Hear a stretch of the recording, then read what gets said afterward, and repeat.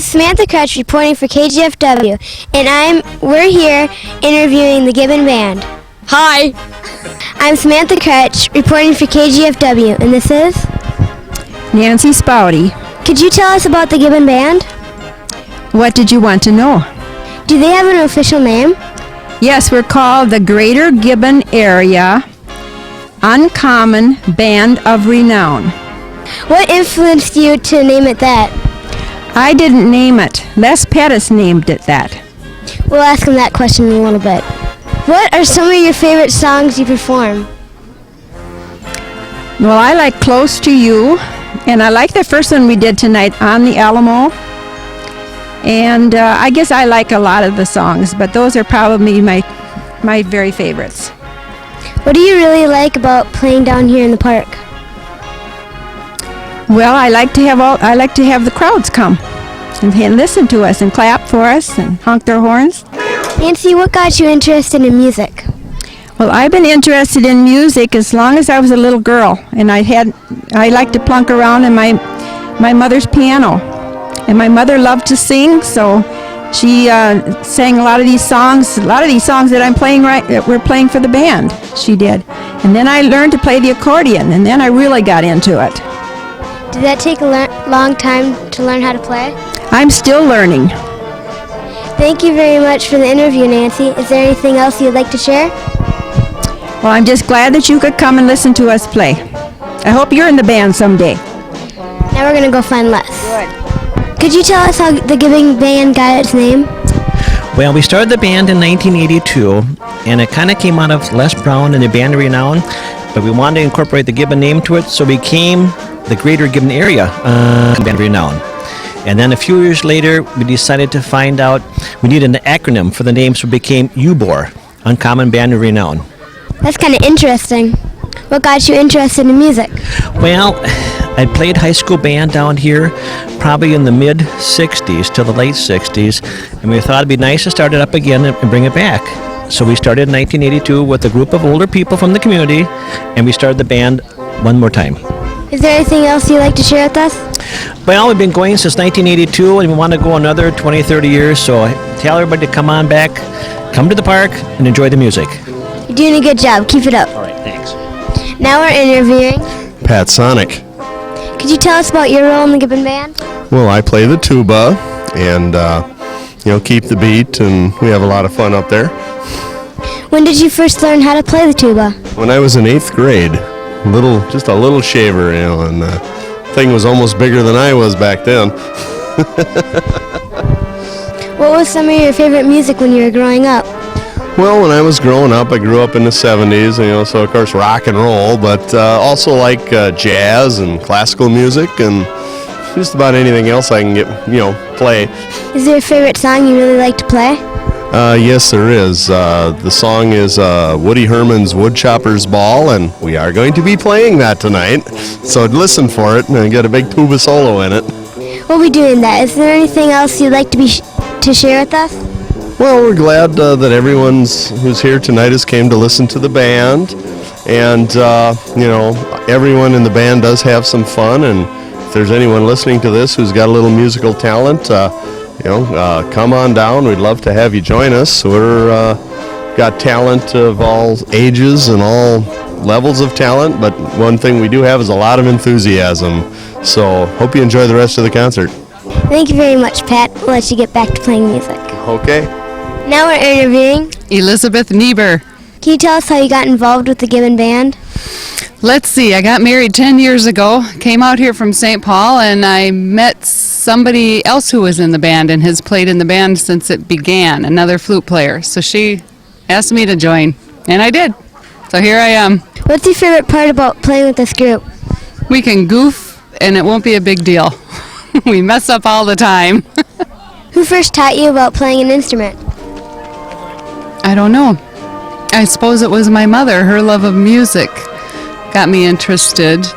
I started playing recorder when I was in 4th grade and started flute in 6th grade, and somewhere in there I started piano too.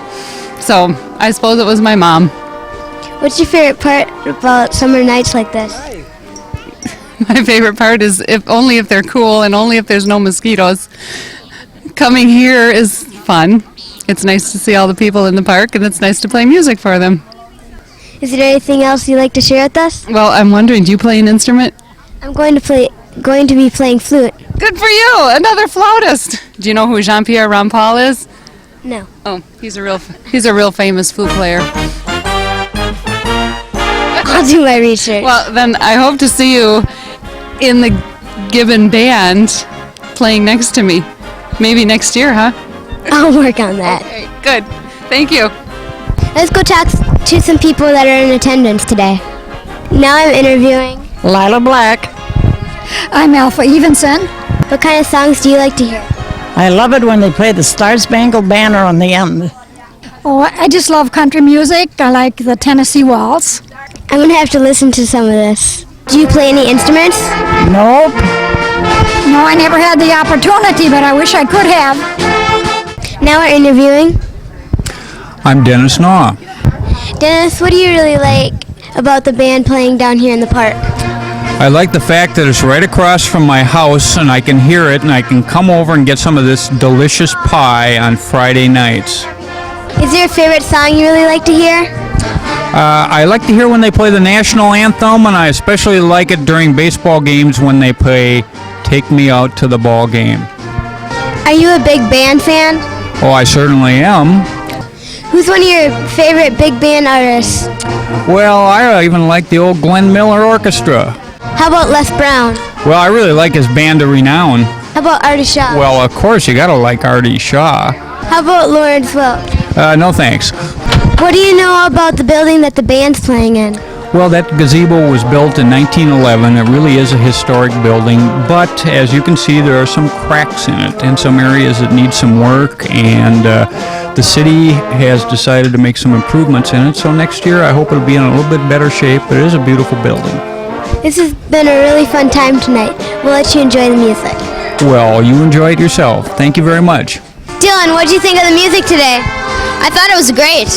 Thanks for being my cameraman. You're welcome. We hope you enjoy the show.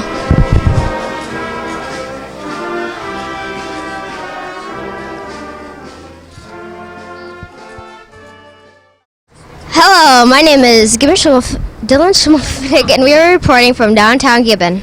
We are going to interview the owners of RC Popper Incorporated. Now we're interviewing Catherine Shiro, Rachel Shiro. Can you guys tell me how you came up with the name RC Poppers? Well, it stands for Rachel and Catherine, and it's just Poppers is better than popcorn, I guess. What kind of things do you sell here? Popcorn.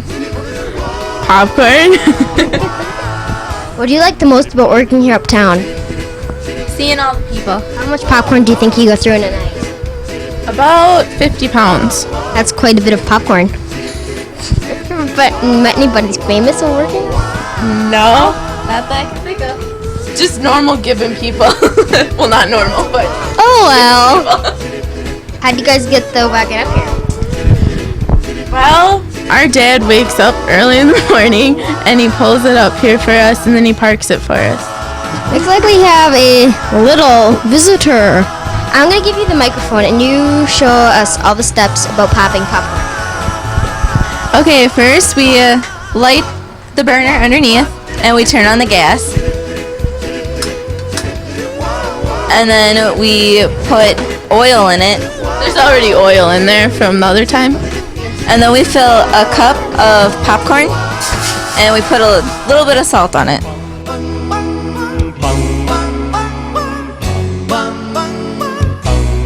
And then we open it up and we put the popcorn inside.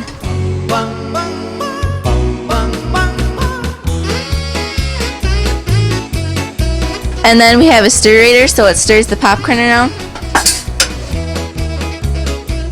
And then we wait for the popcorn to pop and we dump it out. That's how you make popcorn. How long does it usually take for a batch to finish?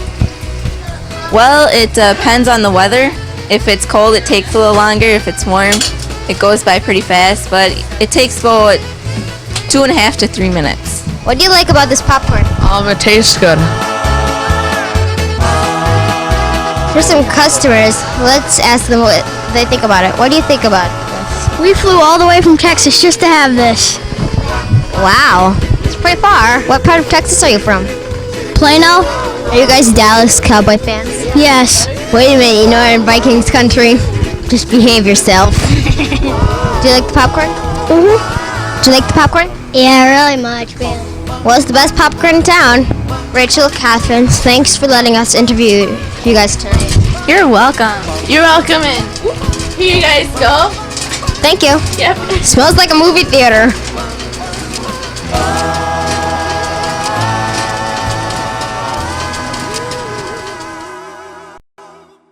My name is Evan Olson, and I'm here at the LaFayette, Minnesota Tractor Pull. Let's see what's going on. Looks like a lot of fun here.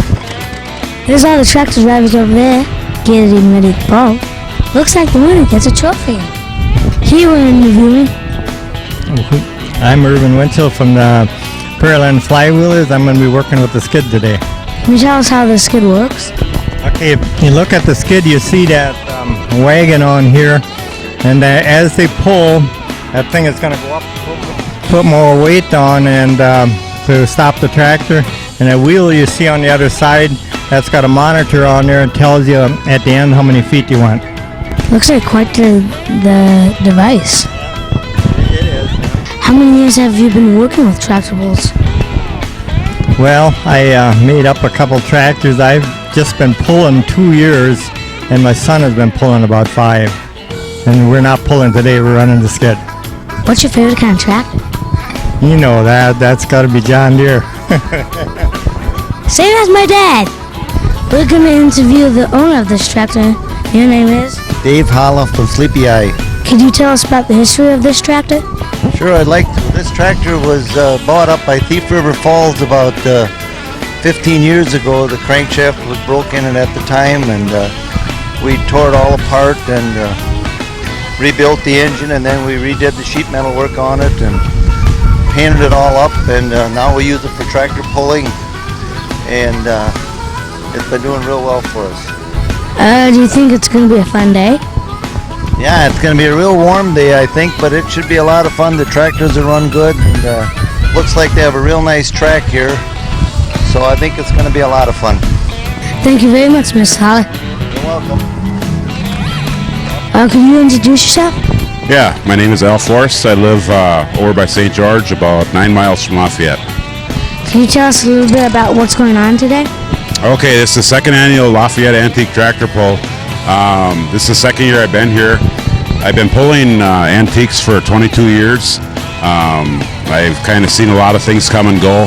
I really like these local pulls because it brings in a lot of local flavor. Everybody can participate. It's just a good time, and it's something that's very good for the community. There's all kinds of tractors here. What's your favorite?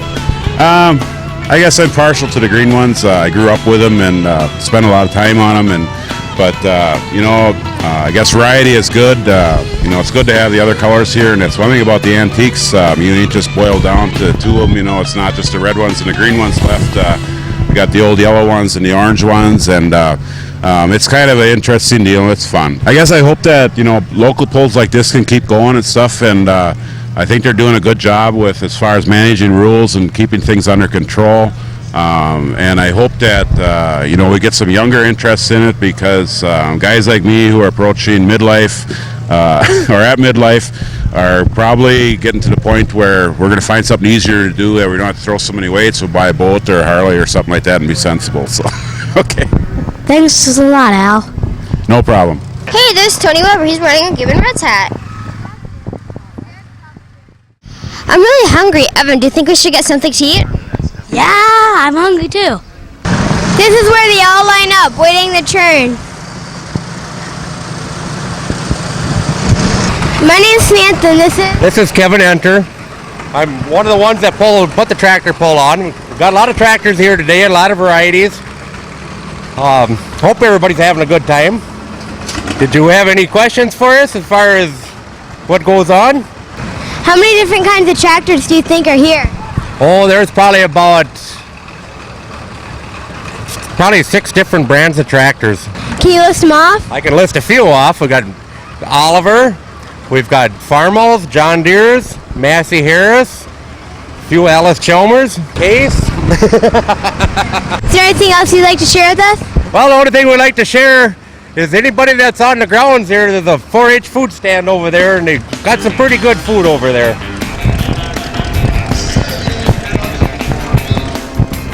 What's your name? Bev Enter. What's your favorite part of it? Farmals and the Case IH beat the John Deere's. That's your favorite part? That's my favorite part. Now we're interviewing. I'm Mike Haas. I'm one of them that helped get the tractor pull going here and stuff. This is our second year.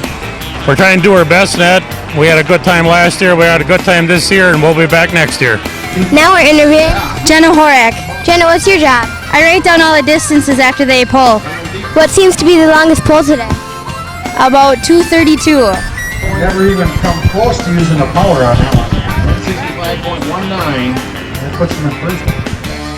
What's your name? My name's Paul Giesecke. Can you tell us how you helped this event?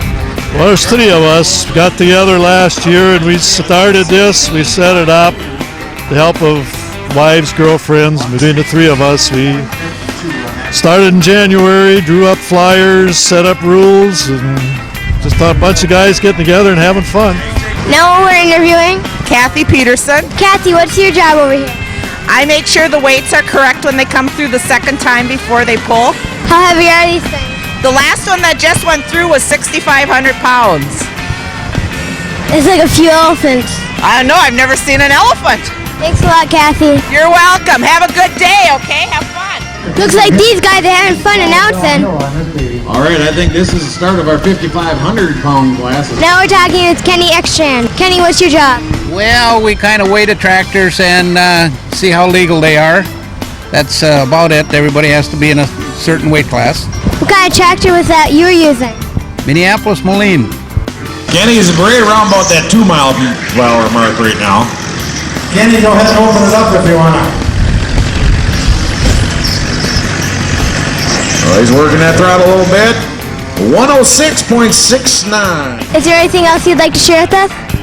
Well, we've got a nice day, and we appreciate everybody coming down here, and we appreciate you guys coming over here and taking time to film us. You bet. Talk to you later. Okay, bye-bye. Right now I'm interviewing Wally Vorwerk from Gibbon. Wally, can you tell us about your trophy? I got third place in the 3,500-pound class, and I'm driving an 8N Ford 1949. What's your favorite kind of tractor? It's got to be Ford because I restored a whole bunch of them. Thanks, Wally. Thank you. Now we're interviewing Jeff Nielsen. Jeff, could you tell us about your trophy? I had a good pull. I got first place with my little tractor, and I took it off the hay baler last night and brought it to town, and it worked out pretty good. Hold the trophy up to the camera. Okay. What's your job? I just measured drawbars.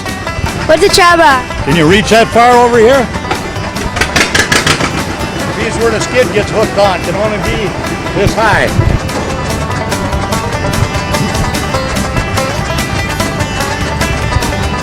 GFW wants to know how we can read the feet so quick. Right on our meter, that's hooked directly to the sled. That was a 79.93. I'm Samantha Kurtz reporting with Leanne Horak. Leanne, can you tell us what's your role in today's event? Kind of like a secretary with Angie Haas. We kind of went out and got sponsors, did the flyers, did the programs, tried to be their right-hand man to the men. Looks like quite the event. How many people have entered? I'm not sure, but last year we had over 100 hooks and over 70 tractors, so we're hoping to do better each and every year. Is there anything else you'd like to share with us today? Well, we'd like to thank everyone for coming out, and it's a beautiful day. We'd like to thank KGFW-TV for coming down and looking at our event. We hope to see you again next year. It's our pleasure. Now we're interviewing Angie. Angie, tell us what it all took to put this on. A lot of hard work and getting together and getting people together and get it organized and hand flyers out and get the sponsors. What's your favorite kind of tractor? Gotta say John Deere. That's a pretty popular tractor. Yes, everybody seems to like them. It's only right. I agree. My favorite tractor is a John Deere, but I'm driving an Oliver. Because my wife, she likes Case, so I gotta go neutral when I do stuff. Good to play it safe. Well, thank you. What's your favorite kind of tractor? I don't know, I'm kind of partial to John Deere's. That's my favorite. That's a good tractor to like. What's your name? Nick Krieger. Lauren Hankey. What's your guys' favorite kind of tractor? John Deere. John Deere. Can you tell us what your favorite kind of tractor is? Yes, I can. International Harvester. Why are they better than John Deere's? Use less fuel and they last longer. What's your favorite kind of tractor? International 400 diesel. They have the red edge. My favorite tractor is a Minneapolis Moline UB. Minneapolis Moline. What's your favorite kind of tractor? I'm going to have to say John Deere because my son-in-law and grandson are driving in this John Deere, so I have to say John Deere. What's your favorite kind of tractor? Case IH's. My husband's right there. He's the John Deere man. That must make things interesting, huh? Oh yeah, we go to tractor pulls. We have a lot of fun teasing one another. What's your favorite kind of tractor? I got a little favoritism between John Deere and Oliver. That's about as long as they're green. A lot of people have been saying that today. Yeah, there's a lot of John Deeres here. There's red ones here too. But a lot of John Deeres and Olivers. What's your favorite kind of tractor? Either International or Case. Look at that one smoke. What makes them smoke like that? I think you might have a little bigger injectors in there and they can put more fuel through for more power. What's your favorite kind of tractor? Case, all the way. What's the difference between a red one and a green one? What you grew up with, what you decide you like. There's good ones in every color. I like Case. Next guy likes John Deere, Farmall. I got to be a little different. Nothing runs like a deer. Yeah, but you know why they paint them green, don't you?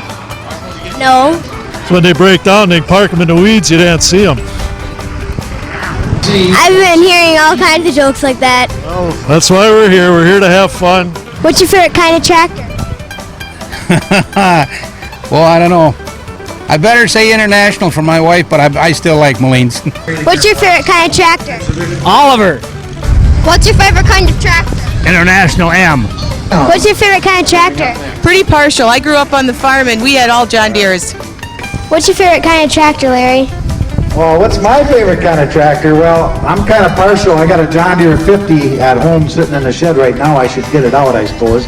But I like all old tractors because they're just kind of fun to see these. This kind of reminds me when I was a kid, we'd go to the county fair and all the tractors were just stock tractors just like they are today. And boy, I tell you what, it was a big rivalry to make sure that, you know, all the different brands of tractors, and my cousins and everything, we'd sit in the stands and we'd argue about which tractors were the best ones, and then of course they would fight it out on the track, and it was always fun, so that's what kind of everybody comes here for, I'd say. So what did you guys learn today? I know that John Deere is what most people prefer. I learned one thing. There are lots of different tractors out there. Thanks for watching KGFW episode 19. We'd like to thank everybody who made KGFW possible. GFW Schools, The Pack 4 Collaborative, the Sibley County Cable Commission, Channel 7 and 8.